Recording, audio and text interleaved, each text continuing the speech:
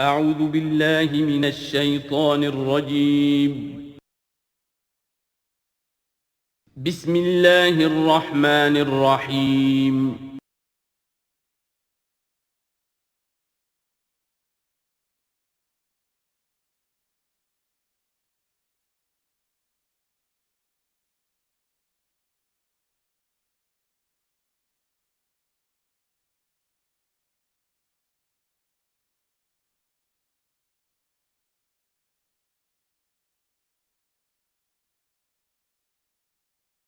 وَلَقَدْ أَرْسَلْنَا نُوحًا إِلَىٰ قَوْمِهِ إِنِّي لَكُمْ نَذِيرٌ مُّبِينٌ أَلَّا تَعْبُدُوا إِلَّا اللَّهَ إِنِّي أَخَافُ عَلَيْكُمْ عَذَابَ يَوْمٍ أَلِيمٍ صدق اللہ العظیم۔ سورہ ہود میں بھی اب جیسا کہ پہلے عرض کیا جا چکا ہے 6 رکوع جو ہیں انباء الرسل پر مشتمل ہیں۔ جیسا کہ اس سے پہلے کئی مرتبہ عرض کر چکا ہوں، یہ 6 رسولوں کے حالات ہیں جو قرآن مجید میں کئی بار آئے ہیں۔ سب سے پہلے حضرت نوح علیہ السلام، پھر حضرت ہود، پھر حضرت صالح، پھر حضرت لوط، پھر حضرت شعیب اور پھر حضرت موسیٰ علیہ السلام۔ تو یہ جو نقشہ آپ کے سامنے اس وقت موجود ہے، اس سے آپ کو اندازہ ہو جائے گا کہ یہ پورا یوں سمجھیے ارض القرآن ہے۔ یہ قرآن مجید میں جن رسولوں کے حالات آئے ہیں وہ سب کے سب جو ہیں وہ اس خطے کے اندر وہ مبعوث کیے گئے۔ یہ داہنی طرف جو ہے وہ جو خلیج فارس ہے، یہ خلیج فارس سیدھا اوپر اگر لکیر چلی جائے گی، اور ادھر سے یہ جو بحر قلزم ہے، اس کے جو یہ اوپر جا کے 2 کھاڑیاں بن گئی ہیں، تو وہ جو ہے خلیج عقبہ آخر میں اوپر اس سے لکیر جائے گی۔ تو یہ دونوں لکیریں جہاں جا کر مل جائیں گی، وہ اس نقشے میں ابھی نظر نہیں آ رہا، ذرا نیچے کیجئے تو شاید نظر آ جائے گا۔ یہ جگہ ہے جہاں پہ وہ سرخ نشان بنا ہوا ہے، یہ علاقہ ہے جہاں کہ حضرت نوح علیہ السلام کی قوم آباد تھی، اور معلوم ہوتا ہے کہ اس وقت تک نسل انسانی صرف اسی علاقے میں تھی۔ یہیں پر عذاب آیا ہے، بہت بڑا جو طوفان آیا ہے، اور اسی سے ذرا اور اوپر چل کر شمال کی طرف پہاڑی علاقہ ہے کوہ ارارات، اور اسی میں کوہ جودی ہے۔ یہ علاقہ ہے وہ کہ جس کے اندر حضرت نوح علیہ السلام کی قوم آباد تھی۔ اس کے بعد جب وہ حضرت نوح علیہ السلام اور ان کے جو بھی بیٹے تھے وہ بچ کر جب آباد ہوئے ہیں، تو پھر ان کا ایک بیٹا جو ہے حضرت سام، وہ عراق میں آ کر آباد ہو گئے۔ یہ جو سفید سا آپ کو نظر آ رہا ہے یہ عراق کا علاقہ ہے، یعنی اسی علاقے سے ذرا نیچے اترے اور عراق میں آباد ہو گئے۔ حضرت سام کی نسل میں پھر بہت سی قومیں پیدا ہوئی ہیں، تو انہی میں سے پھر ایک قوم ہے جو نیچے آئی ہے جزیرہ نما عرب کے بالکل جنوب میں۔ یہ جو علاقہ ہے یہاں پر یہ قوم، یہ احقاف کا علاقہ کہلاتا ہے، اور یہاں پر قوم ہود، اس قوم کا نام عاد ہے۔ حضرت سام کی نسل ہی میں سے کوئی بہت بڑا سردار اٹھا جس کا نام عاد تھا، اور عاد کی سے پھر ایک قوم شروع ہو گئی، وہ اس علاقے میں آباد تھی۔ اس کے ہاں جب شرک وغیرہ پیدا ہو گئے اور خرابیاں پیدا ہو گئیں تو اللہ تعالیٰ نے بہت سے نبی بھیجے، پھر آخر ایک رسول بھیجا، اور وہ حضرت ہود علیہ السلام ہے۔ ان کی دعوت کو رد کیا، یہ ہلاک کر دیے گئے۔ یہاں سے حضرت ہود اپنے ان ساتھیوں کو لے کر نکلے، اور عرب کے تقریباً وہ وسط میں وہ علاقہ ہجر کا علاقہ کہلاتا ہے، اس علاقے میں آ کر آباد ہو گئے۔ یہاں ان کے ہاں ایک بڑی شخصیت ابھری جس کا نام سمود تھا، تو اس سے یہ قوم سمود مشہور ہوئی ہے۔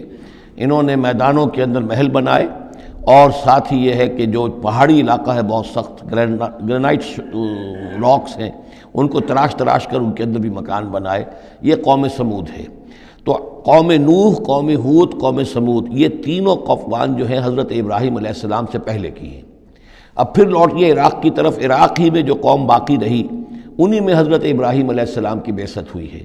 لیکن حضرت ابراہیم علیہ السلام کے بارے میں یہ انداز جو انباء الرسل کا ہے وہ قرآن مجید میں کہیں نہیں ہے۔ یہاں پہ آپ دیکھیں گے سورہ ہود میں ان کا تذکرہ آئے گا، لیکن وہ قصص النبیین کے انداز میں تذکرہ آئے گا، انباء الرسل کے انداز میں نہیں آئے گا۔ حضرت ابراہیم یہاں سے، اور یہاں سے پھر انہوں نے ہجرت کی عراق سے، اور شام چلے گئے، پورا صحرا کراس کر کے شام میں جا کر، اور وہاں سے پھر انہوں نے اپنے بیٹے کو اسحاق کو آباد کیا۔ وہ جو سرخ نشان نظر آ رہا ہے آپ کو، یہ فلسطین کا علاقہ ہے۔ ایک بیٹے کو حضرت اسماعیل علیہ السلام کو یہاں مکے میں لا کر آباد کیا۔ اچھا، اس اپنے بھتیجے جو حضرت لوط علیہ السلام ان کے ساتھ ہی آئے تھے، ہجرت کی تھی انہوں نے عراق سے اور شام پہنچے تھے، ان کو بھیجا ہے بحیرہ ڈیڈ سی جو ہے، بحیرہ مردار، اس کے کنارے پر یہ شہر آباد تھے، عمورہ اور صدوم، وہاں بھیجا ہے۔ تو انباء الرسل کے ضمن میں پھر قوم سمود کے بعد ذکر آئے گا تو وہ قوم لوط کا آئے گا۔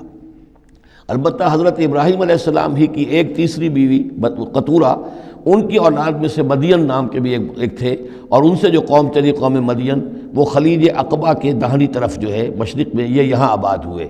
یہ علاقہ ہے ان کا جہاں پہ کہ حضرت شعیب علیہ السلام کو بھیجا گیا۔ اس علاقے میں یہ مدین کا علاقہ ہے، اس میں حضرت شعیب علیہ السلام بھیجے گئے۔ اب یہ جو سینائی پیننسولا ہے تو ادھر جو ہے مصر ہے، وہ دریائے نیل نظر آ رہا ہے۔ یہاں سے یوں جو ہے حضرت یوسف علیہ السلام، چونکہ اب سورہ ہود کے بعد سورہ یوسف بھی آ جائے گی، تو حضرت یوسف علیہ السلام کو جب کہ ان کے بھائیوں نے کنویں میں پھینکا ہے اور وہ پھر قافلہ ان کو لے گیا ہے مصر، اور وہ پھر ذریعہ بن گئے پوری اس قوم کے مصر میں آنے کا، تو یہاں پھر حضرت موسیٰ علیہ السلام کی بعثت ہوئی ہے مصر میں۔ تو کل یہ علاقہ ہے کہ جن میں وہ انبیاء اور رسل جو ہیں مبعوث ہوئے ہیں کہ جن کا ذکر اکثر و بیشتر قرآن میں آتا ہے۔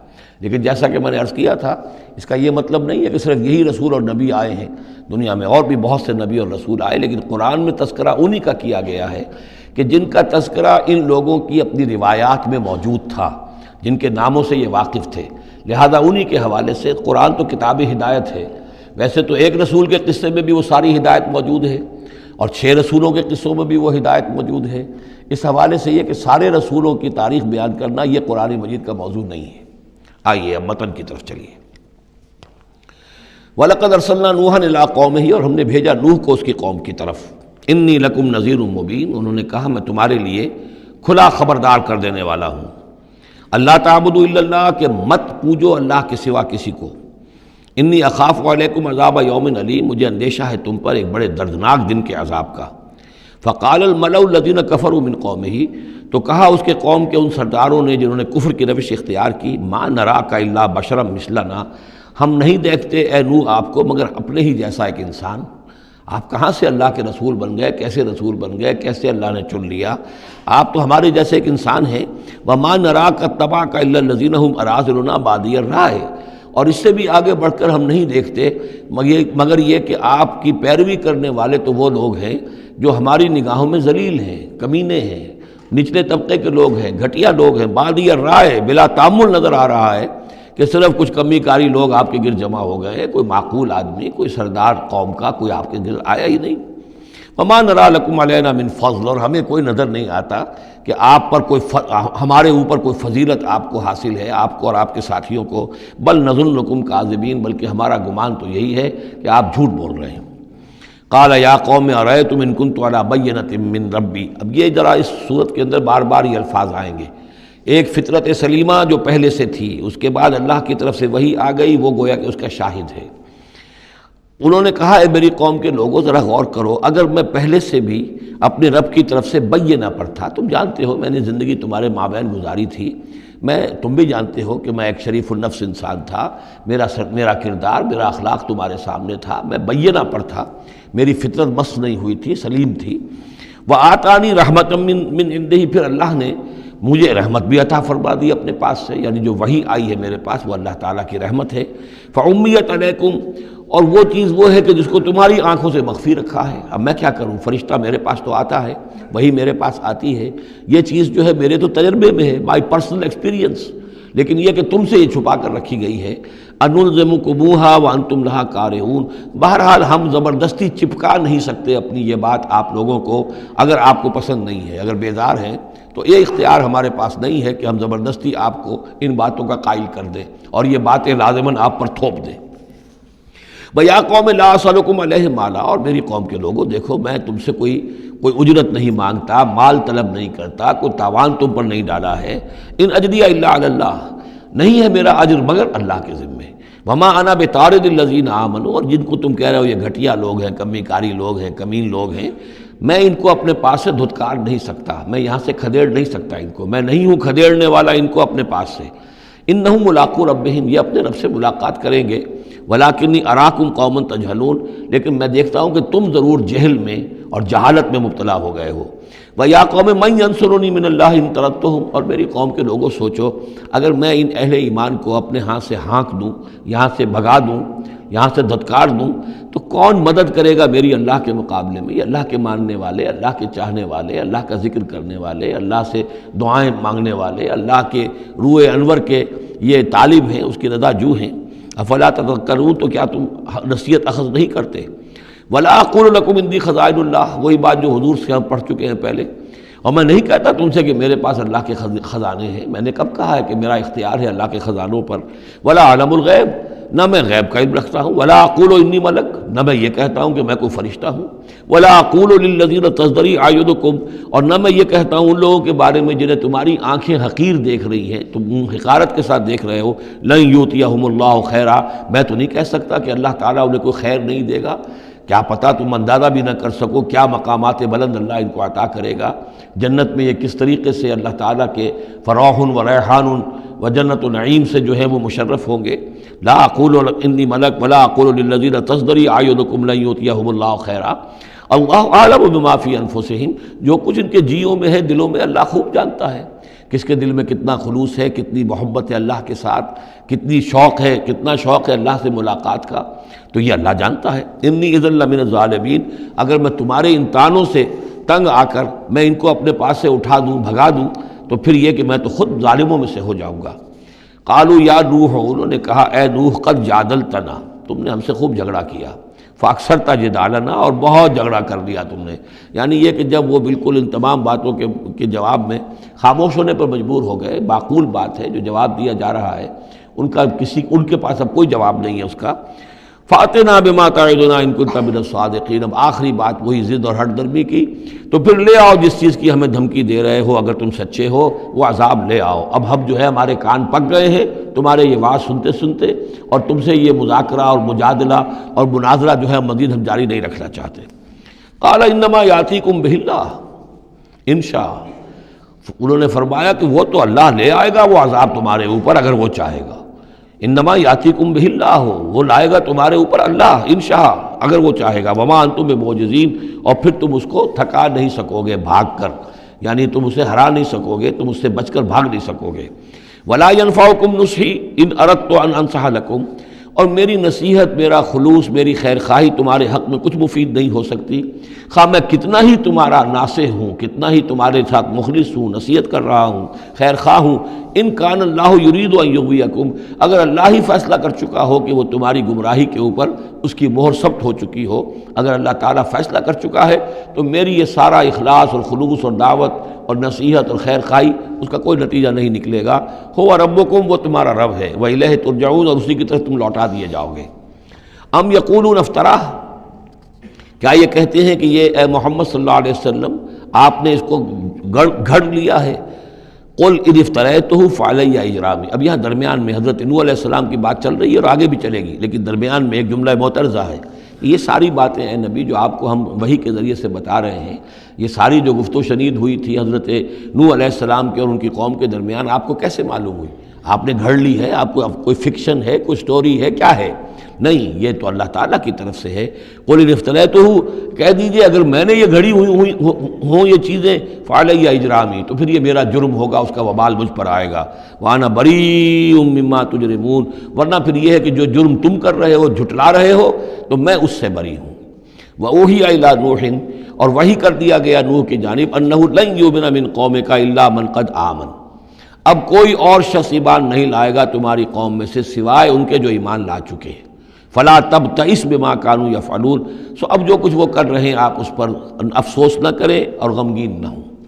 واصنع الفلک بأعیننا ووحینا، اور اب آپ کشتی تیار کیجئے، کشتی بنائیے ہماری نگاہوں کے سامنے، یعنی ہم دیکھ رہے ہیں اور ہمارے انسٹرکشنز کے مطابق، ووحینا معلوم ہوتا کہ اللہ تعالیٰ کی طرف سے ہر یعنی سٹیپ پر ان کو وحی آ رہی ہے، اور کہ اس طرح کرو، اتنی لمبی بناؤ، ایسی لکڑیاں تیار کرو، بِأَعْيُنِنَا وَوَحْيِنَا، ہماری نگاہوں کے سامنے اور ہماری ہی انسٹرکشنز کے مطابق، وحی کے مطابق۔ وَلَا تُخَاطِبْنِي فِي الَّذِينَ ظَلَمُوا، اب دیکھنا جو ظالم ہیں ان کے بارے میں مجھ سے خطاب نہ کرنا، مجھ سے دعا نہ کرنا، مجھ سے بات نہ کرنا کہ فلاں جو ہے یہ میرا عزیز ہے اور فلاں میرا رشتہ دار ہے۔ اب جو بھی ظالم ہے اس کے بارے میں تمہاری طرف سے کوئی نرم بات نہ آئے۔ انہم مغرقون، اب یہ سب کے سب غرق کیے جائیں گے۔ وَيَصْنَعُ الْفُلْكَ، اب وہ نقشہ دیکھیے آپ چشم تصور سے، خشکی پر بیٹھے ہوئے ہیں اور حضرت نوح علیہ السلام، آس پاس سمندر کہیں ہے ہی نہیں، اور وہ کشتی بنا رہے ہیں۔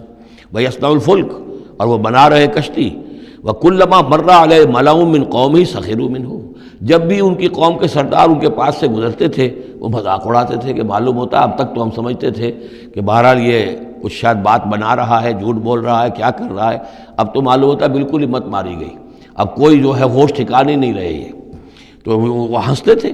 سخروا منہ قال ان تسخروا منا فانا نسخر منکم کما تسخرون، حضرت نوح فرماتے تھے کہ تم اگر ہم سے اب اس تمسخر کر رہے ہو، مذاق اڑا رہے ہو، تو وہ وقت قریب آنے والا ہے کہ ہم تمہارا مذاق اڑائیں گے جیسے کہ تم مذاق اڑا رہے ہو ہمارا۔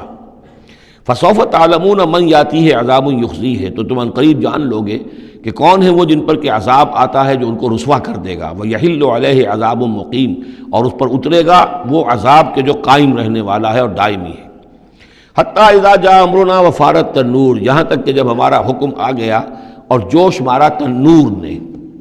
اب یہ جو ہے جہاں تک اس کا یعنی جیوگرافیکل یا جیولوجیکل جو بھی اس کا پس منظر ہے، اس کے ضمن میں ایچ جی ویلز نے جو بات کہی ہے وہ میں آپ کو بتا دینا چاہتا ہوں۔ اس کا کہنا یہ ہے کہ میڈیٹرینین کا جو اس کی سطح وہ بہت بلند تھی، اور ساحل کے ساتھ ساتھ جو ہے اس کے جو مشرقی ساحل ہے اس کا جو شام کا اور فلسطین کا، تو یہاں پر جو ہے وہ اونچے پہاڑ تھے، جیسے کراچی کے بارے میں بھی کہا جاتا ہے کہ کراچی کے بعض علاقے جو ہیں وہ سطح سمندر سے نیچے ہیں، لیکن ساحل کے ساتھ ساتھ اونچا علاقہ ایسا ہے کہ جو سمندر کو روکے ہوئے ہے۔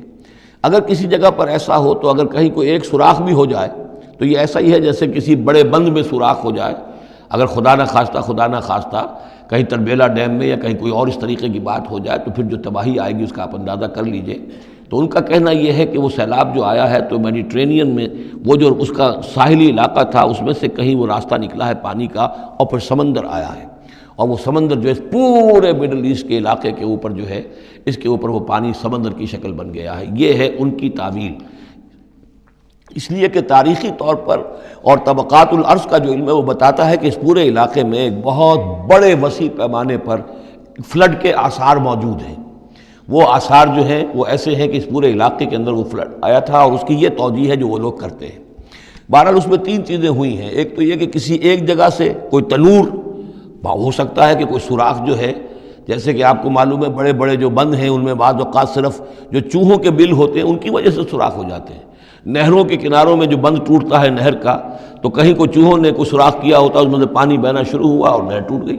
اسی طریقے سے ہو سکتا ہے کہ کسی تنور کے اندر سے پہلی مرتبہ پانی نکلا ہو۔ پھر یہ کہ زمین کے بھی اللہ تعالیٰ نے جو ہے وہ کھول دیے سوتے، اور آسمان سے بھی پانی برسا، تو یہ پانی جو ہے زمین کا اور آسمان کا پھر مل گیا، اور اس طریقے سے وہ عظیم جو ہے سیلاب آیا جس سے کہ وہ پوری قوم ہلاک ہو گئی، اور وہ کشتی جو ہے وہ بہت عرصے تک تیرتی رہی اس سمندر کے اوپر، اور پھر ہوتی ہوئی وہ کوہ ارارات میں اس کی جو ایک چوٹی ہے جودی اس پر جا کر ٹک گئی۔ واللہ عالم، ابھی اس پر مزید ضرورت ہے اصل میں کام کرنے کی۔ ویسے یہ خبریں بھی ہیں کہ بعض اوقات کوئی کشتی نما چیز دیکھی گئی ہے۔ یہ علاقہ جو ہے اصل میں کہ جو جہاں پہ ترکی کی سرحد ملتی ہے روس کے ساتھ، ادھر وہ آذربائیجان وغیرہ کا علاقہ ہے، ادھر پھر یہ ترکی ہے، اوپر روس کا علاقہ جو ہے، تو اس میں ادھر سے راستہ جو ہے بہت دشوار گزار ہے، چڑھ نہیں سکتے۔ روس کی طرف سے راستہ ہے، اس کی چوٹیوں پر بعض پائلٹس نے کہیں دیکھا ہے اور خبر دی ہے کہ کوئی بہت بڑی کشتی قسم کی شے جو ہے وہ کسی چوٹی کے اوپر رکھی ہوئی ہے، اور قرآن مجید چونکہ بار بار کہتا ہے کہ ہم اسے برقرار رکھیں گے، ایک وقت آئے گا کہ وہ لوگوں کے لیے ایک نشانی بن کر ظاہر ہوگی، تو اس سے معلوم ہوتا ہے کہ وہ کشتی اب بھی وہاں پر موجود ہے، اور انسان جو ہے اس تک رسائی حاصل کرے گا۔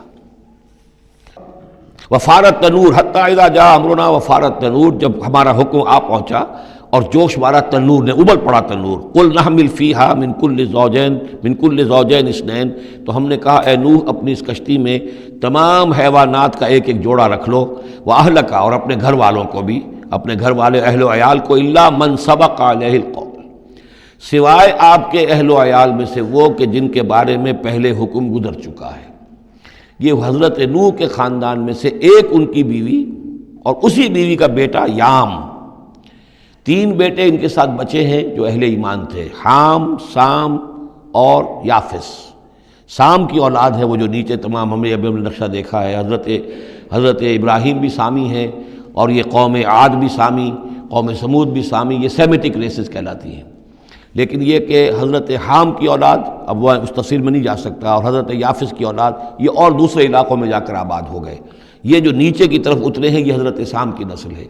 چوتھا بیٹا ان کا تھا یام، یا اس کا ایک خطاب اور بھی تھا کنعان، اور اس کی جو ماں تھی، تو یہ مشرک تھے اور یہ اہل ایمان کے ساتھ شریک نہیں تھے، لہذا یہ کشتی میں شامل نہیں ہوئے۔ تو آپ اب رکھ لیجئے، سوال کرا لیجئے اپنی کشتی میں من کل زوجین اثنین، ہر نوع کا ایک ایک جوڑا، تمام حیوانات میں سے، وَأَهْلَكَ، اور اپنے گھر والوں کو، إِلَّا مَنْ سَبَقَ عَلَيْهِ الْقَوْلُ، مگر سوائے اس کے کہ جن کے اوپر پہلے سے حکم ہو چکا ہے، وَمَنْ آمَنَ، اور باقی جتنے بھی اہل ایمان آپ کے ہیں ان سب کو بھی سوار کر لیجئے، وَمَا آمَنَ مَعَهُ إِلَّا قَلِيلٌ، اور نہیں ایمان لائے تھے ان کے ساتھ مگر بہت ہی کم، نہ ہونے کے برابر۔ قلیل جو ہے انگریزی میں اے لٹل اور دی لٹل، ان دونوں میں جو فرق ہے، یہاں قلیل جو ہے دی لٹل کے معنی میں آیا ہے کہ بالکل نہ ہونے کے برابر۔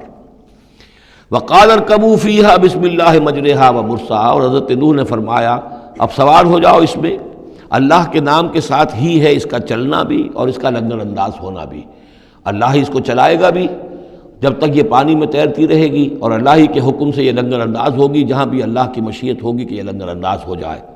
ان ربی لغفور الرحیم، یقیناً میرا رب غفور الرحیم ہے۔ وہی تجری بہم فی موج کالجبال، اب وہ کشتی چل رہی تھی ان کو لے کر موجوں میں، اور موجیں پہاڑ جیسی موجیں۔ ونادى نوح ابنہ، اور نوح نے پکارا اپنے بیٹے کو، اسی کو یام کو یا کنعان کو، وکان فی معزل، اور وہ ایک کنارے کی طرف تھا، یا بنی ارکب معنا، اے میرے بیٹے آؤ ہمارے ساتھ شریک ہو جاؤ، ولا تکن مع الکافرین، اور کافروں کا ساتھ نہ دو، کافروں کے ساتھ نہ رہو بلکہ ہماری کشتی میں آ جاؤ۔ قال سآوی الی جبل یعصمنی من الماء، اس نے کہا نہیں میں ابھی اس پہاڑ کے اوپر چڑھ جاؤں گا، میں وہاں پہنچ جاؤں گا، وہ مجھے پانی سے بچا لے گا۔ قال لا عاصم اليوم من امر اللہ الا من رحم، حضرت نوح نے فرمایا نہیں، آج کے دن کوئی شے بچانے والی نہیں ہے اللہ کے امر سے سوائے اس کے جس پر اللہ ہی رحم فرما دے۔ وحال بینہم الموج، اور اسی گفتگو کے دوران ایک بڑی سی موج حائل ہوئی ان کے مابین، فکان من المغرقین، اور وہ بیٹا جو ہے ان کی نگاہوں کے سامنے غرق ہو گیا۔ وقیل یا ارض ابلعی ماءک، اور کہہ دیا گیا اے زمین اپنے پانی کو نگل جا، واپس پانی زمین کے اندر جذب ہو جائے۔ کتنا وقت لگا ہوگا یہ اللہ بہتر جانتا ہے، لیکن یہ آخر کار جو شکل بنی ہے کہ زمین کے اندر پانی جذب ہو گیا جو زمین سے آیا تھا۔ وَيَا سَمَاءُ أَقْلِعِي، اور اے آسمان تو بھی اب تھم جا، جو بھی بارش آنی تھی، جو اس طوفان کے لیے، اس کو بھی اختتام کا حکم ہو گیا۔ وَغِيضَ الْمَاءُ، اور پانی سکھا دیا گیا۔ وَقُضِيَ الْأَمْرُ، اور فیصلہ چکا دیا گیا۔ وَاسْتَوَتْ عَلَى الْجُودِيِّ، اور وہ کشتی جو ہے جودی پہاڑ کے اوپر جا کر رک گئی۔ وَقِيلَ بُعْدًا لِلْقَوْمِ الظَّالِمِينَ، اور کہہ دیا گیا ہلاکت اور دوری ہے اس قوم کے لیے کہ جو ظالم تھی، یعنی اب اس کا نسیہ منسیہ ہو گئی، اب اس کا نام و نشان موجود نہ رہا۔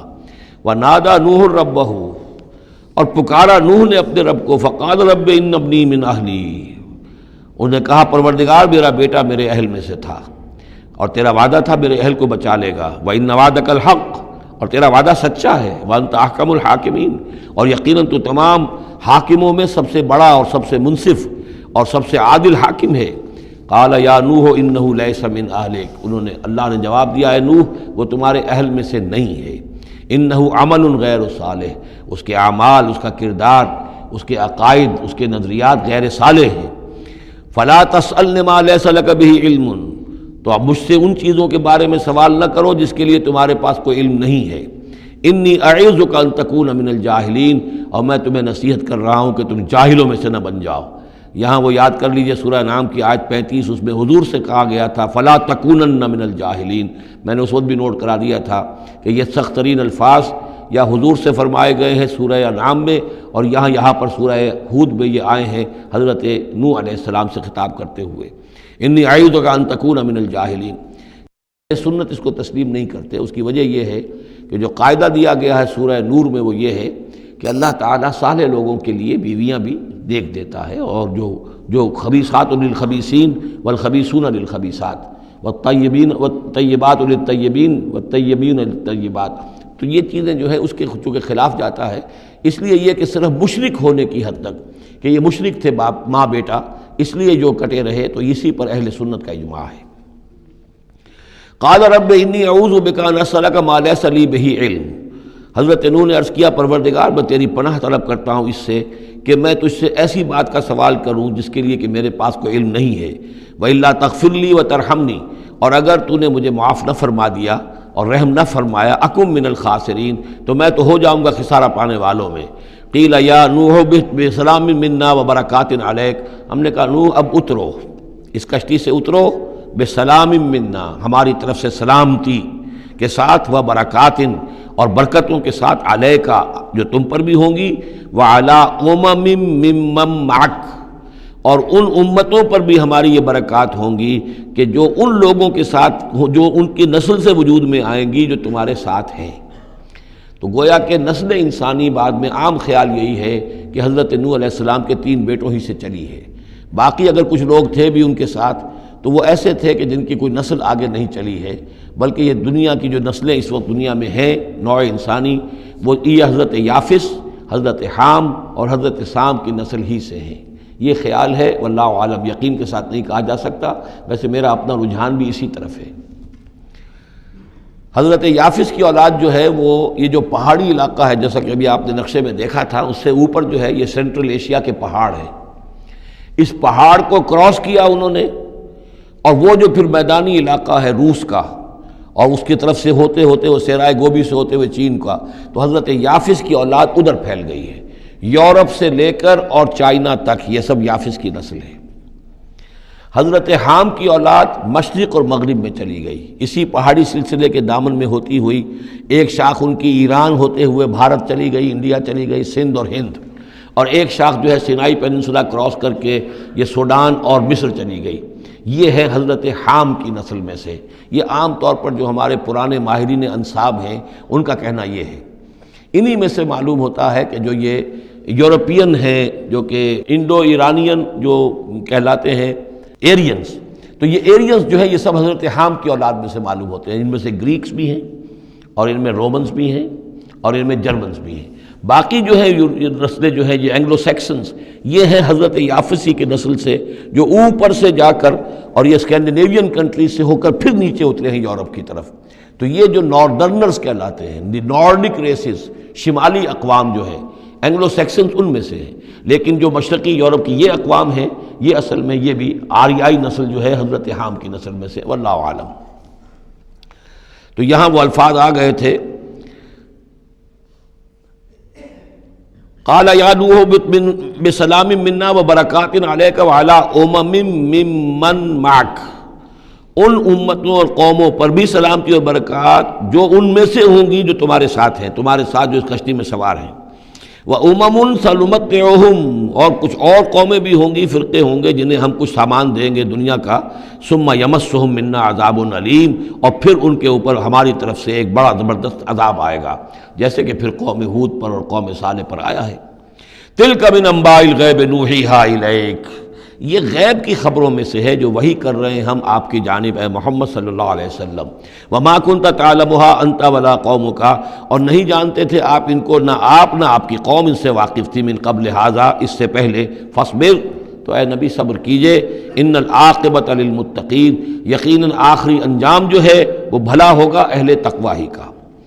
وَإِلَىٰ عَادٍ أَخَاهُمْ هُودًا، یہ سام کی نسل کی ایک شاخ جو نیچے اتری ہے اور یہ پہنچ گئی ہے جزیرہ نماء عرب کے تقریباً جو ساؤدرن ڈیزرٹ ہے جو آج کا، اس کے اندر، اور عاد کی قوم کی طرف ہم نے بھیجا اخاہم ہودا، ان کے بھائی ہود کو، قال یا قوم اعبدوا اللہ ما لکم من الہ غیرہ ان انتم الا مفترون، انہوں نے کہا میری قوم کے لوگوں تمہارا کوئی الہ اللہ کے سوا نہیں ہے، اور یہ باقی تم نے نام گھڑ لیے ہیں، کوئی اور معبود نہیں ہے، کسی کی حقیقت نہیں ہے۔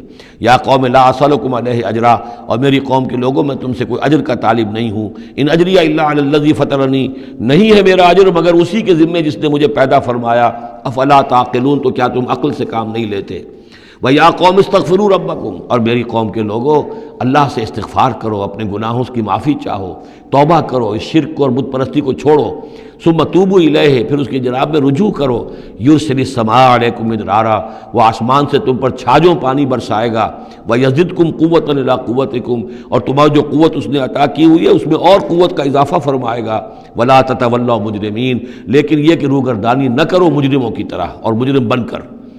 قالوا یا ہود ما جئتنا ببینہ، انہوں نے کہا کہ اے ہود دیکھو تم کوئی ہمارے پاس سند لے کر نہیں آئے، کوئی معجزہ لے کر نہیں آئے، وما نحن بتارکی آلہتنا عن قولک، اور ہم نہیں ہیں اپنے معبودوں کو چھوڑنے والے صرف تمہارے کہنے سے، وما نحن لک بمؤمنین، اور ہم نہیں ہیں تمہاری بات ماننے والے، ان نقول الا اعتراک بعض آلہتنا بسوء، ہم تو یہی کہتے ہیں، اس کے سوا اور کچھ نہیں ہمارا خیال، کہ ہمارے بعض معبودوں کی جو تم نے کوئی گستاخی کی ہے، ان کی نفی کی ہے، تو ان کی طرف سے تمہیں کوئی تکلیف پہنچ گئی ہے، یعنی تمہارا دماغی توازن ٹھیک نہیں رہا ہے، کوئی آسیب تمہیں ہو گیا ہے، تم پر پھٹکار پڑی ہے ہمارے بعض معبودوں کی۔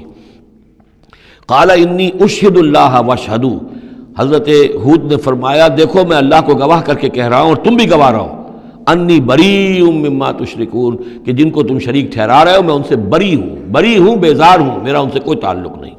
وہی بات جو حضرت ابراہیم نے فرمائی تھی کہ مجھے ان کا کوئی خوف نہیں، من دونہ ہی، اس کے سوا تم جو شرک کر رہے ہو، فکیدونی جمیعا، تو تم سب کے سب مل کر میرے خلاف جو چاہو کارروائی کر لو، کیدونی، جو چالیں چلنی چاہے چل لو، ثم لا تنظرون، مجھے کوئی مہلت نہ دو، انی توکلت علی اللہ ربی و ربکم، میں نے تو توکل کیا ہے اپنے رب پر، اللہ پر جو میرا بھی رب ہے اور تمہارا بھی رب ہے، ما من دابۃ الا هو آخذ بناصیتها، نہیں ہے کوئی بھی جاندار مگر یہ کہ اس کی پیشانی جو ہے اللہ ہی کے ہاتھ میں ہے۔ وہ دعا جو میں نے آپ کو سنائی تھی اس میں حضور کے الفاظ بھی یہ ہیں، وَنَاصِيَتِي بِيَدِكَ، اللہم انی عبدک وابن عبدک وابن امتک فی قبضتک ناصیتی بیدک ماضٍ فی حکمک عدل فی قضاؤک۔ ہوا آخذ بناصیتها، ہر جاندار کی پیشانی اللہ کے ہاتھ میں، یعنی اس کی قسمت، اس کی تقدیر، اسے کیا ملنا ہے، اس کے ساتھ کیا ہونا، یہ سب اللہ کے ہاتھ میں ہے۔ ان ربی علی صراط مستقیم، یقیناً میرا رب تو سیدھی راہ پر ملے گا، سیدھی توحید کی راہ پر جاؤ گے تو رب کے قریب پہنچو گے۔ میرا رب جو ہے وہ عدل و انصاف کے راستے سے اور صراط مستقیم ہی سے اس تک رسائی حاصل ہو سکتی ہے۔ فَإِن تَوَلَّوْا فَقَدْ أَبْلَغْتُكُم مَّا أُرْسِلْتُ بِهِ إِلَيْكُمْ، پھر اگر تم پیٹھ موڑ لو، منہ پھیرو، انکار کرو، تو میں نے پہنچا دیا ہے تمہیں وہ پیغام جو مجھے دے کر بھیجا گیا تھا، مَا أُرْسِلْتُ بِهِ إِلَيْكُمْ۔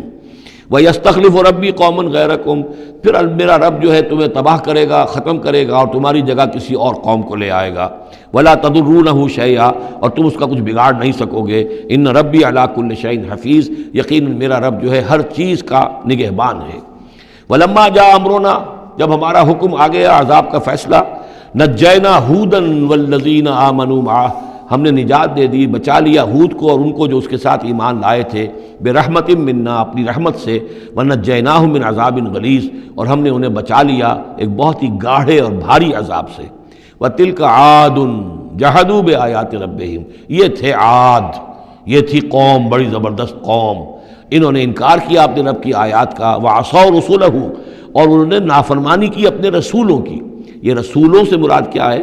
اصل میں انبیاء تو آتے رہتے ہیں، آخر میں پھر رسول آتا ہے، چھوٹے چھوٹے، جس طریقے سے کہ اللہ تعالیٰ کی طرف سے سمجھانے کے لیے ان کے معلمین کی حیثیت سے، تو وہاں پہ ان کو بھی رسول کہہ دیا گیا۔ جیسا کہ میں نے کہا تھا قرآن مجید میں یہ الفاظ ایک دوسرے کی جگہ آ جاتے ہیں۔ وَاتَّبَعُوا أَمْرَ كُلِّ جَبَّارٍ عَنِيدٍ، انہوں نے رسولوں کی تو نافرمانی کی اور پیروی کی ان کے حکم کی جو سرکش تھے اور مخالف تھے۔ وَأُتْبِعُوا فِي هَذِهِ الدُّنْيَا لَعْنَةً، اور ان کے پیچھے لگا دی گئی اس دنیا میں بھی لعنت، وَيَوْمَ الْقِيَامَةِ، اور قیامت کے دن کے لیے بھی۔ أَلَا إِنَّ عَادًا كَفَرُوا رَبَّهُمْ، آگاہ ہو جاؤ قوم عاد نے اپنے رب کا کفر کیا تھا۔ أَلَا بُعْدًا لِعَادٍ قوم ہود، سن لو پھٹکار ہے عاد پر جو قوم ہود تھی، جس کی طرف حضرت ہود علیہ السلام کو بھیجا گیا۔ وَإِلَىٰ ثَمُودَ أَخَاهُمْ صَالِحًا، اب ان میں سے جو لوگ بچے تھے وہ پھر آگے وسطی علاقے کی طرف گئے ہیں اور وہاں ہجر کے علاقے میں جا کے آباد ہوئے، وہاں سمود نام کی ایک بڑی قوم ابھری، اور ان کے اندر بھی جب پھر وہی خرابیاں آ گئیں، وہی شیطان نے ان کو پٹی پڑھائی، وہی بت پرستی شروع ہو گئی، وہی ان کے معبود ہو گئے، تراش لیے انہوں نے۔ تو الی ثمود اخاہم صالحا، سمود کی طرف ہم نے بھیجا ان کے بھائی صالح کو۔ قال یا قوم اعبدوا اللہ ما لکم من الہ غیرہ، انہوں نے فرمایا کہ اے میری قوم کے لوگو، اللہ کی بندگی کرو، تمہارا کوئی معبود اس کے سوا نہیں ہے۔ هو انشاکم من الارض، اس نے تمہیں زمین سے اٹھایا ہے، ابھارا ہے، بنایا ہے زمین سے، واستعمرکم فیہا، اور اس میں تم کو آباد کیا ہے، فاستغفروہ، تو اس سے استغفار کرو، اس سے اپنے گناہ بخشواؤ، ثم توبوا الیہ، اور پھر اس کی جانب میں رجوع کرو۔ ان ربی قریب مجیب، یقین میرا رب قریب ہے اور دعا کا قبول کرنے والا ہے۔ قالوا یا صالح قد کنت فینا مرجوا، انہوں نے کہا ہے صالح تم سے تو ہماری بڑی امیدیں وابستہ تھی، ظاہر بات ہے کہ ایک شخص جو ہے جس کو اللہ چنتا تھا اپنے اخلاق میں، سمجھ میں، فہم میں، فطانت میں وہ ممتاز ہوتے تھے، تو ہم سمجھتے تھے تم آباء و اجداد کا نام روشن کرو گے، یہ تم نے کیا کیا؟ تم نے تو کہنا شروع کر دیا کہ آباء و اجداد کے جو طریقے ہیں یہ غلط ہیں، ان کا دین غلط ہے، ان کے عقیدے غلط ہیں، ان کے معبود جن کو ہمارے آباء و اجداد پوجتے آئے ان کی کوئی حقیقت نہیں۔ ہم توقع کرتے تھے کہ تم قوم کا نام روشن کرو گے، تم آباء و اجداد کے لیے عزت کا اور ان کے لیے مزید جو ہے دنیا کے اندر ان کے ناموری کا سبب ذریعہ بنو گے۔ قالوا یا صالح قد کنت فینا مرجوا، تم سے تو ہمیں بہت سی امیدیں تھیں قبل ھذا، اس سے پہلے، اتنہانا نعبد ما یعبد آباؤنا، یہ کیا ہوا تم ہمیں روک رہے ہو ان چیزوں کو پوجنے سے کہ جن کو ہمارے آباء و اجداد پوجتے تھے؟ وَإِنَّنَا لَفِي شَكٍّ مِّمَّا تَدْعُونَا إِلَيْهِ مُرِيبٍ، اور یقیناً جس چیز کی طرف تم ہمیں بلا رہے ہو اس کے بارے میں ہمیں شکوک و شبہات ہیں، ہمارا دل اس پر ٹھکتا نہیں ہے۔ قَالَ يَا قَوْمِ أَرَأَيْتُمْ إِن كُنتُ عَلَىٰ بَيِّنَةٍ مِّن رَّبِّي، وہی بات انہوں نے کہی، اے میری قوم کے لوگوں سوچو، اگر میں پہلے سے بھی اپنے رب کی طرف سے بینہ پر تھا، میری فطرت سلیم تھی، تم دیکھتے تھے کہ میں تمہارے درمیان ایک اچھا آدمی تھا، صاف ستھرا کردار رکھنے والا انسان تھا، میری فطرت صالح تھی، وآتانی منہ رحمتاً، اور اللہ نے پھر مجھے اپنے پاس سے رحمت عطا کر دی، اب وہی آ گئی، نبوت عطا کر دی گئی، فَمَن يَنصُرُنِي مِنَ اللَّهِ إِنْ عَصَيْتُهُ، تو اب اگر میں اللہ کی نافرمانی کروں تو مجھے کون بچائے گا اللہ سے؟ کون اس کی پکڑ سے مجھے بچا سکے گا؟ فما تزیدوننی غیر تقصیر، تو تم تو اضافہ نہیں کرو گے میرے لیے مگر خسارے کے اندر۔ تم چاہتے ہو کہ میں اپنی اس چیز کو چھوڑ کر اور آباء و اجداد کا نام لوں اور ان کے معبودوں کو پوجنا شروع کر دوں، تو تم تو میری تباہی کے در پہ ہو۔ وَيَا قَوْمِ هَٰذِهِ نَاقَةُ اللَّهِ لَكُمْ آیَةٌ، اور دیکھو میری قوم کے لوگوں، یہ اللہ کی اونٹنی ہے، تمہارے لیے ایک نشانی ہے، فَذَرُوهَا تَأْكُلْ فِي أَرْضِ اللَّهِ، اسے چھوڑے رکھو، یہ چرتی رہے اللہ کی زمین میں، جہاں چاہے جہاں سے چاہے کھائے، وَلَا تَمَسُّوهَا بِسُوءٍ، اور دیکھنا کسی برے ارادے سے اس کو ہاتھ نہ لگانا، فَيَأْخُذَكُمْ عَذَابٌ قَرِيبٌ، تو پھر تمہیں آ پکڑے گا وہ عذاب کہ جو اب دور نہیں ہے، قریب ہی ہے۔ فَعَقَرُوهَا، تو انہوں نے اس کی کونچیں کاٹ ڈالی، اس کو ہلاک کر دیا۔ فَقَالَ تَمَتَّعُوا فِي دَارِكُمْ ثَلَاثَةَ أَيَّامٍ، حضرت صالح نے فرمایا کہ اچھا ٹھیک ہے، اب تم اپنے گھروں کے اندر جو بھی کھانا پینا ہے، رچنا بسنا ہے، تین دن تک رہ لو اور بس لو۔ ذالک وعد غیر مکذوب، یہ وہ وعدہ ہے کہ جو جھوٹا ثابت نہیں ہوگا۔ فلما جاء امرنا، تو جب ہمارا وہ فیصلہ آ گیا، ہماری بات آ گئی، ہمارا حکم پہنچ گیا، نجینا صالحا والذین آمنوا معہ، ہم نے نجات دی صالح کو بھی اور ان لوگوں کو جو ان کے ساتھ ایمان لائے تھے، برحمت منا، اپنی خاص رحمت سے، ومن خزی یومئذ، اور اس دن کی رسوائی سے اللہ ہم نے انہیں بچا لیا۔ ان ربک هو القوی العزیز، یقیناً آپ کا پروردگار زور والا ہے، زبردست ہے۔ وَأَخَذَ الَّذِينَ ظَلَمُوا الصَّيْحَةُ، اور ان ظالموں کو، مشرکوں کو، کافروں کو پکڑ لیا ایک ہولناک آواز نے، ایک چنگھاڑ آئی، فَأَصْبَحُوا فِي دِيَارِهِمْ جَاثِمِينَ، تو وہ اپنے گھروں کے اندر اوندھے پڑے رہ گئے، كَأَن لَّمْ يَغْنَوْا فِيهَا، ایسے ہو گئے جیسے کبھی یہاں آباد تھے ہی نہیں، کبھی یہاں کو رہتا تھا ہی نہیں۔ أَلَا إِنَّ ثَمُودَ كَفَرُوا رَبَّهُمْ، آگاہ ہو جاؤ، سمود نے اپنے رب کا کفر کیا۔ الا بعدا لثمود، آگاہ ہو جاؤ، پھٹکار ہے سمود پر۔ وَلَقَدْ جَاءَتْ رُسُلُنَا إِبْرَاهِيمَ بِالْبُشْرَىٰ، اب یہاں حضرت ابراہیم کا ذکر آ رہا ہے۔ میں نے کہا تھا کہ 3 رسول پری ابراہمک، نوح، ہود، صالح، 3 رسول کو ہم کہہ سکتے ہیں پوسٹ ابراہمک، اگرچہ ان میں سے ایک جو ہیں وہ ہم عصر ہیں۔ حضرت لوط حضرت ابراہیم علیہ السلام ہی کے بھتیجے ہیں، انہی پر ایمان لائے تھے، ان کے ساتھ ہی انہوں نے ہجرت کی تھی۔ پھر ان کے بعد شعیب، وہ بھی حضرت نوح حضرت ابراہیم کی نسل سے ہیں۔ پھر جو بھی بنی اسرائیل تھے ان میں موسیٰ بھیجے گئے، وہ بھی حضرت ابراہیم کی نسل سے ہیں۔ آخری رسول محمد صلی اللہ علیہ وسلم وہ بھی ابراہیم کی نسل سے ہیں۔ لیکن یہ کہ ان میں سے 3 کا ذکر کرنے کے بعد اب ابراہیم کا ذکر ہو رہا ہے یہاں سورہ انعام میں۔ وہاں جو پہلا جوڑا تھا حضرت ابراہیم کا ذکر جو ہے وہ اس انباء الرسل میں سے بالکل نکال کر لے گئے تھے، اور وہ قصص النبیین کے انداز میں سورہ انعام میں آ گیا تھا۔ یہاں اس جوڑے میں فرق یہ ہے کہ حضرت ابراہیم کا ذکر بھی یہاں شامل کر دیا گیا، لیکن فرق وہی ہے، یہ وہ انباء الرسل کا نہیں، حضرت نوح، حضرت ہود، حضرت صالح، حضرت لوط، حضرت شعیب کے انداز میں ذکر نہیں ہے، بلکہ ایک انداز ہے کہ حضرت لوط علیہ السلام جن شہروں کی طرف بھیجے گئے تھے اور اس کی وہاں پہ بسنے والوں نے ان کی بات ماننے سے انکار کیا، تو جو عذاب الہی لے کر جو فرشتے آئے تھے جنہیں بھیجا گیا تھا، وہ پہلے آئے حضرت ابراہیم کے ہاں، اور وہاں حضرت اسحاق کی ولادت کی انہوں نے خوشخبری دی حضرت سارہ کو. بس یہ ایک واقعہ بیان کیا درمیان میں، ورنہ اصل مسئلہ جو ہے وہ حضرت لوط کا شروع ہوگا. انباء الرسل کے اعتبار سے جو معاملہ ہے وہ حضرت لوط کا واقعہ ہے. وَلَقَدْ جَاءَتْ رُسُلُنَا إِبْرَاهِيمَ بِالْبُشْرَىٰ، اور ہمارے فرشتادے، ہمارے ایلچی فرشتے ہمارے بھیجے ہوئے آئے ابراہیم کے پاس بشارت دینے کے لیے. قالوا سلاما، انہوں نے آ کر کہا سلام. قال سلام، حضرت ابراہیم نے بھی سلام کا جواب سلام سے دیا. فما لبث ان جاء بعجل حنیذ، تو پھر ذرا بھی دیر نہ کی، فوراً گئے اور ایک تلا ہوا بچڑا ان کی ضیافت کے لیے لا کر سامنے رکھ دیا. فلما رأى أيديهم لا تصل إليه، تو جب انہوں نے دیکھا کہ ان کا تو ہاتھ آگے بڑھ ہی نہیں رہا، اس بچڑے کا گوشت کھانے کے لیے آمادہ ہی نہیں ہے، نکرہم، تو اب وہ کچھ کھٹکے دل میں کہ یہ ہیں کون. اس زمانے میں رواج یہ ہوتا تھا کہ دشمن جب آتے تھے کسی کو قتل کرنے کے لیے تو اس کا نمک نہیں چکھتے تھے، نمک خوار ہو جائیں گے تو پھر کیسے قتل کریں گے. تو ایک تو اندیشہ یہ ہوا کہ یہ کسی برے ارادے سے آئے ہیں جو میری یہ ضیافت قبول نہیں کر رہے. نکرہم واوجس منہم خیفہ، اور ان کے دل میں، حضرت ابراہیم کے دل میں ان کی طرف سے ایک خوف پیدا ہو گیا. قالوا لا تخف، انہوں نے کہا نہیں آپ ڈریے نہیں. انا ارسلنا الی قوم لوط، اصل میں تو اللہ کے ہم فرشتے ہیں، بھیجے گئے ہیں قوم لوط کی طرف. اب وہ آخری فیصلہ اس کا جو ہے وہ ہمیں چکانا ہے. وامرأتہ قائمۃ فضحکت، ادھر کہیں حضرت سارہ بھی پیچھے کہیں کھڑی ہوئی ہوں گی پردے کے پیچھے، وہ اس پر ہنس پڑی.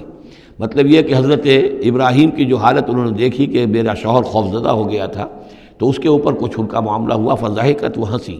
فبشرناہا باسحاق، تو ہم نے انہیں بشارت دی اسحاق کی، یعنی فرشتوں نے ان کو بشارت دی اسحاق کی. حضرت اسماعیل کی ولادت ہو چکی ہے، لیکن حضرت اسماعیل کو تو حضرت ابراہیم جا کر چھوڑ آئے ہیں اور وہ تو مکے میں آباد ہیں. حضرت سارہ کی اولاد ہوئی نہیں تھی. اصل جو خاندانی بیوی تھی ان کی وہ تو حضرت سارہ تھی. حضرت ہاجرہ جو ہیں وہ تو بادشاہ مصر نے ان کی خدمت میں ان کو پیش کیا تھا، اسی لیے ان کو لونڈی بھی کہہ دیتے ہیں. یہ حالانکہ وہ شہزادی تھی، وہ بادشاہ کے ہاں شاہی خاندان کی خاتون تھی ہاجرہ سلام علیہا. لیکن یہ کہ یہ یہودی کہتے ہیں کہ وہ تو لونڈی تھی، کنیز تھی. تو چونکہ اولاد نہیں ہوئی تھی حضرت سارہ کے ہاں، تو حضرت سارہ ہی نے کہہ کر پھر حضرت ابراہیم سے کہا تھا کہ آپ تعلق قائم کریں ہاجرہ سے، شاید اللہ تعالیٰ آپ کو ہاجرہ سے اولاد دے دے. لیکن جب وہ اولاد ہو گئی حضرت اسماعیل، تو پھر وہ جو عورت کی ایک فطرت ہے اور مزاج ہے تو ان کے لیے کھلنے لگی یہ بات کہ مجھے اللہ نے اولاد نہیں دی. اب ظاہر بات ہے کہ حضرت ابراہیم کی توجہ زیادہ ہو گئی ہوگی حضرت ہاجرہ کی طرف، اپنے بیٹے کی طرف.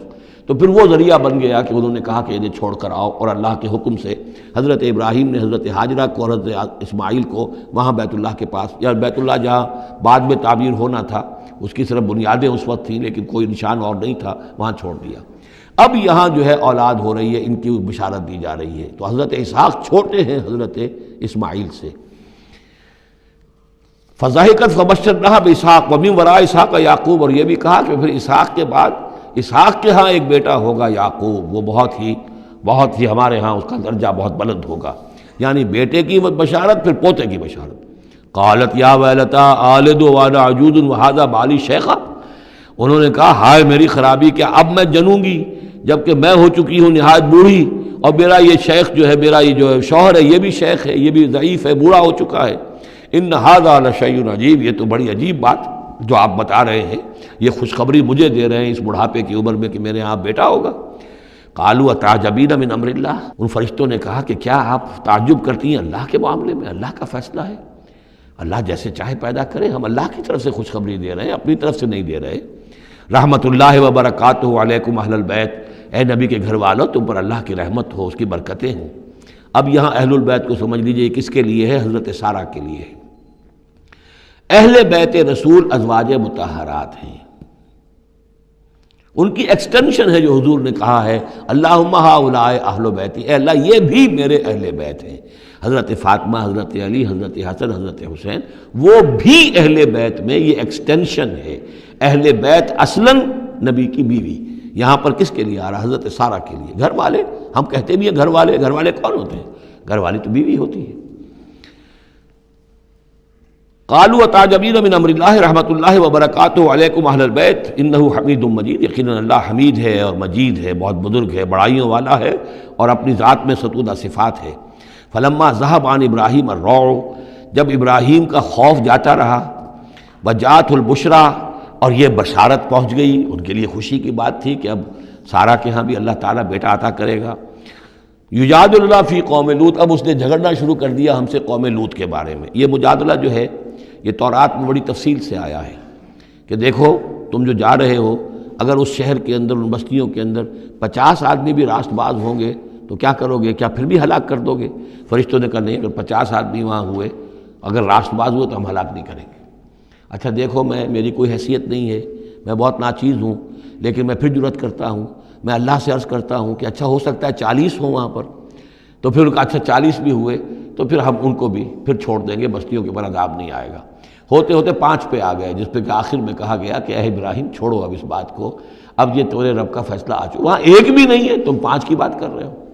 وہاں تو سوائے حضرت لوط علیہ السلام کے خود اور ان کی 2 بیٹیوں کے اور کوئی بھی نہیں تھا کہ جو ان شہروں میں سے بچا ہو۔ تو یجادلنا فی قوم لوط، اب وہ قوم لوط کے بارے میں ہم سے جھگڑنے لگے، یعنی چونکہ وہ حلیم الطبع تھے، طبیعت میں نرمی تھی، وہی جو حضور کی طبیعت میں بھی تھی، حضرت ابوبکر کی طبیعت میں بھی تھی، اس وجہ سے انہوں نے کہا کہ عذاب سے بچنے کی کوئی شکل ہو سکے۔ ان ابراہیم لحلیم اواہ منیب، 3 الفاظ جمع کر دیے گئے۔ یقیناً ابراہیم بہت ہی حلیم بھی تھا، بہت ہی نرم دل تھا، اور بہت ہی اللہ کی جناب میں رجوع کرنے والا تھا۔ یا ابراہیم عارضا ھذا، تو اب کہا گیا ان سے کہ ابراہیم اب چھوڑیے، اب اس بات سے آپ ذرا قطع تعلق کیجئے۔ انہ قد جاء امر ربک، یہ تو اب آپ کے رب کا فیصلہ آ چکا ہے۔ وَإِنَّهُمْ آتِيهِمْ عَذَابٌ غَيْرُ مَرْدُودٌ، اب ان پر وہ عذاب آ کر ہی رہے گا جسے لوٹایا نہیں جا سکے گا۔ وَلَمَّا جَاءَتْ رُسُلُنَا لُوطًا سِیءَ بِهِمْ وَضَاقَ بِهِمْ ذَرْعًا، تو جب آئے ہمارے یہ فرشتادے بھیجے ہوئے، ہمارے یہ پیغامبر، یہ فرشتے لوط کے پاس، سِیءَ بِهِمْ، کہ وہاں پر یہ بھیجے گئے تھے بہت خوبصورت لڑکوں کی شکل میں، اور ان کے ہاں جو تھا معاملہ، آپ کو معلوم ہے کہ جو امرت پرستی ان کے ہاں تھی اور جو سوڈمی تھی، تو یہ لڑکے خوبصورت آ گئے تو اس قوم کے لیے، تو ان کے لیے جشن ہو گیا کہ ہمارے لیے شکار آ گئے ہیں بہت اچھے، لوط کے ہاں بڑے عمدہ شکار پہنچے ہیں، لہذا وہ سب غول کے غول اب آ رہے ہیں، حضرت لوط علیہ السلام کے گھر پر چڑھائی کر رہے ہیں۔ تو جب ہمارے یہ فرشتادہ، ہمارے یہ جو نوجوان لڑکوں کی شکل میں جن کو بھیجا گیا تھا فرشتوں کو، وہ جب پہنچے حضرت لوط کے پاس، سِیءَ بِهِمْ، وہ ان کو دیکھ کر بہت غمگین ہوا کہ یہ بڑا میرے لیے، وَضَاقَ بِهِمْ ذَرْعًا، ان کا دل بڑا تنگ ہوا، وَقَالَ هَذَا يَوْمٌ عَصِیبٌ، اور انہوں نے کہا یہ تو میرے لیے بڑا سختی کا دن آ گیا ہے، میرے پاس اتنی طاقت نہیں ہے کہ میں ان بدبختوں کا مقابلہ کر سکوں، اپنے ان مہمانوں کو ان کی دست برد سے میں بچا سکوں۔ اور وہ لوگ جو ہیں جانتے تھے جس قسم کی خبیث ان کی تباہی ہو چکی تھی کہ وہ کسی اپیل اور کسی دلیل سے باز آنے والے نہیں ہیں، تو اس سے ان کے دل کے اندر جو ہے وہ ایک عجیب کیفیت پیدا ہوئی۔ سِیءَ بِهِمْ وَضَاقَ بِهِمْ ذَرْعًا وَقَالَ هَذَا يَوْمٌ عَصِیبٌ وَجَاءَهُ قَوْمُهُ يُهْرَعُونَ إِلَیْهِ، اور اب آئی اس کی قوم اس کے پاس والہانہ دوڑتی ہوئی، بڑے خوشی سے ناچتے ہوئے آ رہے ہیں کہ آج تو ہمارے لیے جو ہے وہ بہت ہی عمدہ شکار پہنچ گیا ہے۔ وَمِن قَبْلُ كَانُوا يَعْمَلُونَ السَّیِّئَاتِ، اور وہ پہلے ہی سے ان گندے کاموں کے اندر ملوث تھے۔ قَالَ يَا قَوْمِ هَؤُلَاءِ بَنَاتِي هُنَّ أَطْهَرُ لَكُمْ، حضرت لوط نے فرمایا کہ دیکھو میری قوم کے لوگوں، میری بیٹیاں موجود ہیں، وہ تمہارے لیے بہت پاکیزہ ہیں۔ اس کے 2 معنی کیے گئے، ایک تو یہ کہ بیٹیوں سے مراد ہے کہ جو تمہاری بیویاں ہیں وہ میری بیٹیوں کے مانند ہیں۔ نبی جو ہوتا ہے وہ گویا کہ قوم کے لیے والد کی جگہ ہے، جیسے کہ قرآن مجید میں وَأَزْوَاجُهُ أُمَّهَاتُهُمْ، حضور کی تمام ازواج جو ہیں وہ پوری امت کے لیے ماؤں کے درجے میں ہیں، تو گویا کہ یہ میری بیٹیاں ہیں، اللہ نے تمہارے لیے ان کو پیدا کیا ہے، تمہارے لیے جوڑا بنایا ہے، وہ پاک جو ہے تمہارے لیے راستہ اپنی شہوت کی کے تقاضے کو پورا کرنے کے لیے صحیح راستہ اس کو چھوڑ کر، اور یہ بھی ہو سکتا ہے کہ انہوں نے اپنی بیٹیوں ہی کو پیش کیا ہو کہ تمہیں اگر کرنا ہی ہے تو نکاح کر لو، میں اپنی بیٹیاں تمہیں نکاح میں دینے کو تیار ہوں، لیکن میرے جو یہ مہمان ہیں ان کے بارے میں مجھے رسوا نہ کرو۔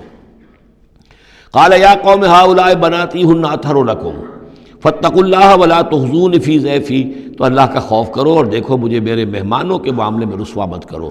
الیس منکم رجل رشید، کیا تم میں کوئی ایک آدمی بھی شریف اور کوئی ایک آدمی بھی نیک چلن نہیں رہا؟ یعنی کوئی تو تم میں سے ایسا نکل آتا جو میرا ساتھ دیتا، جو میری ہاں میں ہاں ملاتا، تم میں تو معلوم ہوتا کہ کوئی ایک شخص بھی شریف النفس باقی نہیں رہا۔ قالوا لقد علمت ما لنا فی بناتک من حق، انہوں نے کہا کہ اے لوط تمہیں خوب معلوم ہے تمہاری بیٹیوں پر ہمارا کوئی حق نہیں ہے۔ اس سے معلوم ہوتا ہے وہ دوسری ہی بات ہی زیادہ راجح ہے۔ وَإِنَّكَ لَتَعْلَمُ مَا نُرِيدُ، اور تم خوب جانتے ہو جو ہم چاہتے ہیں، یعنی باتیں مت بناؤ، ہماری توجہ جو ہے ادھر ادھر لے جانے کی کوشش نہ کرو، تم جانتے ہو ہم جو چاہتے ہیں، جس کے لیے ہم حاضر ہوئے ہیں، جس کے لیے ہم پہنچے ہیں۔ قَالَ لَوْ أَنَّ لِي بِكُمْ قُوَّةً، انہوں نے کہا کاش کہ میرے پاس تمہارے مقابلے کے لیے کوئی طاقت ہوتی، او آوی الی رکن شدید، یا وہ کوئی قلعہ ایسا ہوتا جس میں مضبوط میں جا کر پناہ لے لیتا اور تم سے اپنے آپ کو اور اپنے مہمانوں کو بچا لیتا۔ یہاں ہے اصل میں حضور صلی اللہ علیہ وسلم کی ایک حدیث میں الفاظ آئے ہیں، یرحم اللہ لوطا لقد کان یاوی الی رکن شدید، اللہ تعالیٰ رحم فرمائے لوط پر، وہ ایک مضبوط قلعے میں تھے، اللہ تعالیٰ کی حفاظت تو انہیں حاصل تھی، لیکن یہ کہ اس وقت جو صورت بن گئی تھی ان کے لیے، جیسے جب جادوگروں نے جو اپنے انچر پھینکے تھے اور وہ بھی بن گئے تھے فرعون کے دربار میں، وہ بھی شکل اختیار کر لی تھی انہوں نے سانپوں کی، تو حضرت موسیٰ پر بھی وقتی طور پر خوف طاری ہو گیا تھا۔ تو بربنائے طب بشری خوف کا ہو جانا یہ کوئی نبوت کی عصمت کے منافی نہیں ہے۔ تو یہاں پر بھی اللہ تعالیٰ کی حفاظت تھی، اور جیسا کہ آیا فرشتوں نے پھر ذرا سا ایک ہاتھ ہلایا اور سب کے سب اندھے ہو گئے، وہ اس طرح کا معاملہ تفاصیل تورات میں ہے۔ قال لو ان لی بکم، لیکن جو حسرت کی کیفیت تھی اور جس طرح ضیق میں ان کی جان اس وقت آئی تھی، اس کا تصور کیجئے، کاش کہ میرے پاس تمہارے مقابلے کے لیے طاقت ہوتی، او آوی الی رکن شدید، یا کوئی ایسا ہوتا مضبوط مستحکم قلعہ جس میں جا کر میں پناہ لے لیتا۔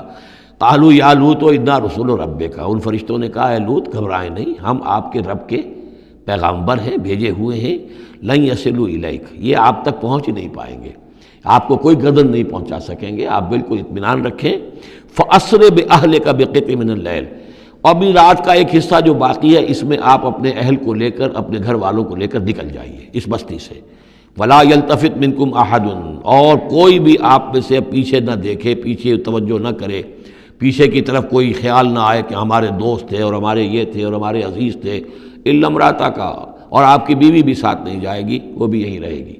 یہ دو بیویاں ہیں جلیل القدر پیغمبروں کی، جن کا ذکر پھر آئے گا بڑی وضاحت کے ساتھ سورہ تحریم میں، ایک حضرت نوح علیہ السلام کی بیوی اور ایک حضرت لوط کی بیوی، کہ یہ اگرچہ کہ کانتا تحت عبدین من عبادنا صالحین فخانتاہما فلم یغنیا عنہما من اللہ شیئا، اگرچہ وہ ہمارے دو بہت ہی نیک اور بہت ہی برگزیدہ بندوں کے تحت تھیں، ان کے گھروں میں آباد تھیں، لیکن یہ کہ انہوں نے خیانت کی، اور اس کے نتیجے میں یہ ہے کہ پھر وہ اللہ تعالیٰ کے عذاب سے ان کے شوہر انہیں بچا نہیں سکے، نہ حضرت نوح بچا سکے اپنی اس بیوی کو اور نہ حضرت لوط بچا سکے اپنی اس بیوی کو۔ الا امرأتک، سوائے آپ کی بیوی کے، انہ مصیبھا ما اصابہم، اس کے اوپر تو وہی مصیبت آ کر رہنی ہے جو ان سب پر آنی ہے۔ ان موعدہم الصبح، اور دیکھیے ان کے وعدے کا وقت صبح کا ہے، صبح کو وہ عذاب آ جائے گا۔ الیس صبح بقریب، کیا صبح قریب نہیں ہے؟ یعنی اب جلدی کیجئے، اب آپ فوری طور پر یہاں سے اپنی بچیوں کو لے کر نکل جائیے۔ فلما جاء امرنا جعلنا عالیہا سافلہا، جب ہمارا حکم آ پہنچا ہم نے اس کے اونچے کو نیچا کر دیا، یعنی کسی بستی کو تلپٹ کیا جائے تو چھت نیچے ہو جائے گی اور جو بنیادیں اوپر آ جائیں گی، عالیہا سافلہا، الٹ کر رکھ دیا بستیوں کو۔ وامطرنا علیہا حجارۃ من سجیل، اور مزید ان کے اوپر ہم نے بارش برسائی کنکروں کی، پتھروں کی، یعنی یہ کہ ایک طرف تو یہ کہ کچھ زلزلہ آیا یا کچھ اور زمین میں دھماکہ ہوا، ایکسپلوژن ہوا جس سے وہ بستیاں الٹ گئیں، اور اس کے بعد یہ ہے کہ آسمان سے پھر بارش ہوئی ہے ان پر سجیل۔ یہ سجیل اصل میں فارسی کا لفظ ہے سنگ گل، سنگ گل یعنی یہ کہ مٹی جو ہے اگر کسی صحرا کے اندر تھوڑی سی پھوار پڑے اور زیادہ تیز بارش نہ ہو تو وہ ہر قطرے کے ساتھ تھوڑی سی مٹی مل کر وہ ایک چھوٹا سا دانہ بنتا ہے، اور وہ پھر دھوپ جب پڑتی ہے تو وہ پھر پک جاتا ہے، جیسے کہ کہیں آپ اینٹیں پکاتے ہیں اپنے بھٹیوں کے اندر، یہ پھر کہلاتی ہے سنگ گل، یعنی یہ پتھر تو ہے لیکن یہ پتھر نہیں ہے، یہ مٹی کے بنے ہوئے پتھر ہیں، کنکر ہیں۔ ان کنکروں کی بارش ہوئی جس کے اندر کہ اس کو بالکل دفن کر دیا گیا ان دونوں شہروں کو۔ منضود، تہ بر تہ، تہ بر تہ، وہ جو بارش ہو رہی تھی کنکروں کی تہ بر تہ، مسومۃ عند ربک، اور وہ نشان زد تھے تیرے رب کی طرف سے، یعنی ہر ایک کے لیے معلوم تھا کہ کس کو کون سا پتھر لگنا ہے اور کون سا جو شخص ہے اس کی ہلاکت کس کے ذریعے سے ہونی ہے۔ وما ہی من الظالمین ببعید، اور یہ ان ظالموں سے کچھ زیادہ دور نہیں ہے، یعنی جو مشرکین مکہ ہیں، جو قریش ہیں اور عرب کے جو مشرک ہیں، ان سے یہ بستیاں کو دور تو نہیں ہیں، اس لیے کہ یہ جب جاتے تھے فلسطین کی طرف اپنے قافلے لے کر تو یہاں سے گزرتے تھے۔ قوم سمود کا مسکن بھی ان کے راستے میں آتے تھے، قوم مدین کا علاقہ بھی ان کے راستے میں آتا تھا، پھر یہ عمورہ اور صدوم کی بستیوں کے جو ہے یہ بھی کچھ ان کے جو آثار باقی رہ گئے تھے وہ بھی آتے تھے۔ وَإِلَىٰ مَدْيَنَ أَخَاهُمْ شُعَيْبًا، اور مدین کی طرف ہم نے بھیجا ان کے بھائی شعیب کو۔ میں بتا چکا ہوں یہ بنی قطورہ میں سے ہیں مدین، اور پھر ان سے جو ایک قوم بڑی بنی وہ آ کر خلیج عقبہ کے داہنی طرف جو ہے یہ علاقے کے اندر آباد ہو گئی۔ اور یہ انٹرسیکشن ہے، روڈز کا کراس روڈ ہے۔ قافلے جو جنوب سے شمال کو جاتے تھے یمن سے شام کو، اور شام سے یمن کو، وہ گزرتے تھے شمالاً جنوباً، اور قافلے جو عراق سے آتے تھے اور مصر کو جاتے تھے وہ گزرتے تھے شرقاً غرباً۔ اس طریقے سے یہ جو ہے انٹرسیکشن تھا ان قافلوں کا، تو یہاں بڑی خوشحالی ہوئی، کاروبار چمکے ان کے۔ لیکن اس قوم کے اندر پھر وہ خرابیاں آئیں جو ہم پڑھ چکے ہیں سورہ اعراف میں، کم تولنا، کم ناپنا، رہزنی کرنا، جھوٹ بولنا، دھوکہ دینا، یعنی شرک کے علاوہ۔ وَإِلَىٰ مَدْيَنَ أَخَاهُمْ شُعَيْبًا، اور مدین کی طرف ہم نے بھیجا ان کے بھائی شعیب کو۔ قَالَ يَا قَوْمِ اعْبُدُوا اللَّهَ مَا لَكُم مِّنْ إِلَٰهٍ غَيْرُهُ، انہوں نے بھی یہی کہا کہ اے میری قوم کے لوگو، اللہ کی بندگی کرو، تمہارا کوئی الہ نہیں ہے اس کے سوا۔ وَلَا تَنقُصُوا الْمِكْيَالَ وَالْمِيزَانَ، اور نہ کم رکھو پیمانوں کو اور نہ ہی میزان تول کو۔ إِنِّي أَرَاكُمْ بِخَيْرٍ، میں تمہیں دیکھ رہا ہوں کہ آسودہ حال ہو، اللہ نے تمہیں آسودہ حال کیا ہے۔ انی اخاف علیکم عذاب یوم محیط، لیکن اگر تم اپنی ان غلط بدعمالیوں سے باز نہ آئے تو مجھے اندیشہ ہے کہ تم پر ایک ایسے دن کا عذاب آ جائے گا جو تمہیں گھیر لے گا۔ وَيَا قَوْمِ أَوْفُوا الْمِكْيَالَ وَالْمِيزَانَ بِالْقِسْطِ، اور میری قوم کے لوگوں پیمانہ اور تول جو ہے عدل اور انصاف کے ساتھ پورا دیا کرو۔ وَلَا تَبْخَسُوا النَّاسَ أَشْيَاءَهُمْ، اور مت کم کیا کرو، گھٹایا کرو لوگوں کے لیے ان کے سامان۔ وَلَا تَعْثَوْا فِي الْأَرْضِ مُفْسِدِينَ، اور نہ ہی زمین میں فساد مچاتے پھرو۔ بقیت اللہ خیر لکم، جو بھی اللہ کی طرف سے بچت ہو جائے، صحیح تولو، صحیح ناپو، پھر جو بچ جائے تو گویا کہ وہ اللہ تعالیٰ کی طرف سے تمہیں ایک نفع ہے جو اللہ نے دیا ہے۔ تو جو بھی صحیح تجارت کرتے ہوئے بچت ہو جائے، نفع ہو جائے، وہ بقیت اللہ ہے۔ بقیت اللہ خیر لکم ان کنتم مؤمنین، اگر تم مومن ہو، اگر مانتے ہو میری بات کو، ماننے والے ہو تو وہ تمہارے لیے بہتر ہے۔ وما انا علیکم بحفیظ، لیکن میں تمہارے اوپر کوئی نگران اور نگہبان نہیں ہوں، میں ٹھیکیدار نہیں ہوں، میرا کوئی زور تم پر نہیں چل رہا، میں تمہیں سمجھا رہا ہوں اور نیکی کی تلقین کر رہا ہوں۔ قالوا یا شعیب وصلاتک تأمرک ان نترک ما یعبد آباؤنا، انہوں نے کہا اے شعیب، کیا تمہاری نماز تمہیں اس بات کا حکم دیتی ہے کہ ہم چھوڑ دیں ان کو کہ جن کو پوجتے تھے ہمارے آباء و اجداد؟ اگرچہ حضرت شعیب کی گفتگو میں تذکرہ نہیں ہے، لیکن یہ کہ وہ کامن مرض جو ہے، مشترک مرض، بیماری، وہ تو موجود تھا، یعنی وہ شرک۔ او ان نفعل فی اموالنا ما نشاء، یا یہ تمہاری نماز جو ہے تمہیں روکتی ہے، حکم دیتی ہے اس بات کا کہ ہم اپنے مال میں جو چاہیں نہ کر سکیں۔ ہمارا مال ہے، یہ جو آج بھی دنیا میں تصور ہے، سیکریڈ رائٹ آف اونرشپ، میرا مال ہے، میں جو چاہوں کروں، اسی سے پھر وہ ساری خرابیاں پیدا ہوتی ہیں۔ مال آپ کا ہے، اللہ کی امانت ہے، آپ کے پاس ہے، مالک اللہ ہے، لیکن اس میں اللہ کے حکم کے مطابق تصرف کرنا ہے۔ یہاں کوئی سیکریڈ رائٹ آف اونرشپ نہیں ہے۔ یو آر ٹرسٹیز، یہ امانت چند روزہ نزد ماست، در حقیقت مالک ہر شے خداست۔ یہ تو چند دن کی ایک امانت ہے تو ہمارے پاس جو ہے، ورنہ حقیقت میں تو مالک حقیقی ہر شے کا اللہ ہے۔ تو جب انسان مالک اپنے آپ کو سمجھتا ہے فی اموالنا، تو پھر ما نشاء، جو ہم چاہیں گے کریں گے۔ اور نفعل فی اموالنا ما نشاء، تو تم ہمیں روکنا چاہتے ہو اس چیز سے۔ تمہاری نماز اور دینداری جو ہے، اس نے تمہیں یہی سکھایا ہے کہ ایک تو ہمارے معبودوں سے ہمیں برگشتہ کرو، اور دوسرے یہ کہ ہمیں یہ کہو، یہ کرو، یہ نہ کرو۔ ہمارے مال ہیں، ہم جیسے چاہیں گے اس کے اندر معاملہ کریں گے۔ انک لانت الحلیم الرشید، ہاں ایک ہی تم ہی تو رہ گئے ہو کہ جو بہت نیک ہو، باوقار ہو، باقی تم ہم پر تنقیدیں کر رہے ہو، ہمیں کہہ رہے ہو کہ ہم غلط کام کر رہے ہیں۔ قال یا قوم ارأیتم ان کنت علی بینۃ من ربی، انہوں نے وہی بات فرمائی میری قوم کے لوگوں، سوچو اگر میں پہلے سے بھی اپنے رب کی طرف سے بینہ پر تھا، میری فطرت صحیح تھی، میرا کردار صحیح تھا، میں تمہارے ہاں ایک نیک انسان کی حیثیت سے معروف تھا، جیسے حضور الصادق الامین کی حیثیت سے متعارف تھے۔ وَرَزَقَنِي مِنْهُ رِزْقًا حَسَنًا، اور اللہ تعالیٰ نے اور اپنے پاس سے مجھے اچھا رزق دیا ہے، وحی آئی ہے، نبوت مجھے مل گئی ہے۔ وَمَا أُرِيدُ أَنْ أُخَالِفَكُمْ إِلَىٰ مَا أَنْهَاكُمْ عَنْهُ، اور میں یہ ہرگز نہیں چاہتا کہ جس چیز سے تمہیں میں روک رہا ہوں، تمہیں اس سے روک کر میں خود وہی کام کرنے لگوں۔ ان ارید الا الاصلاح، میں نہیں چاہتا سوائے اصلاح کے، مستطاعت ہو، جتنا بھی میرے امکان میں ہو، وما توفیقی الا باللہ، اور میری توفیق تو ہے تو اللہ ہی کی طرف سے ہے، جو بھی میرے اندر ہمت ہے، جو بھی استقامت ہے اور جو بھی مجھ سے کام بن رہا ہے وہ اللہ کی طرف سے ہے، علیہ توکل، تو میں نے اسی پر توکل کیا ہے، وإلیہ انیب، اور اسی کی طرف میرا رجوع کرنا ہے۔ بارک اللہ لی ولکم فی القرآن العظیم۔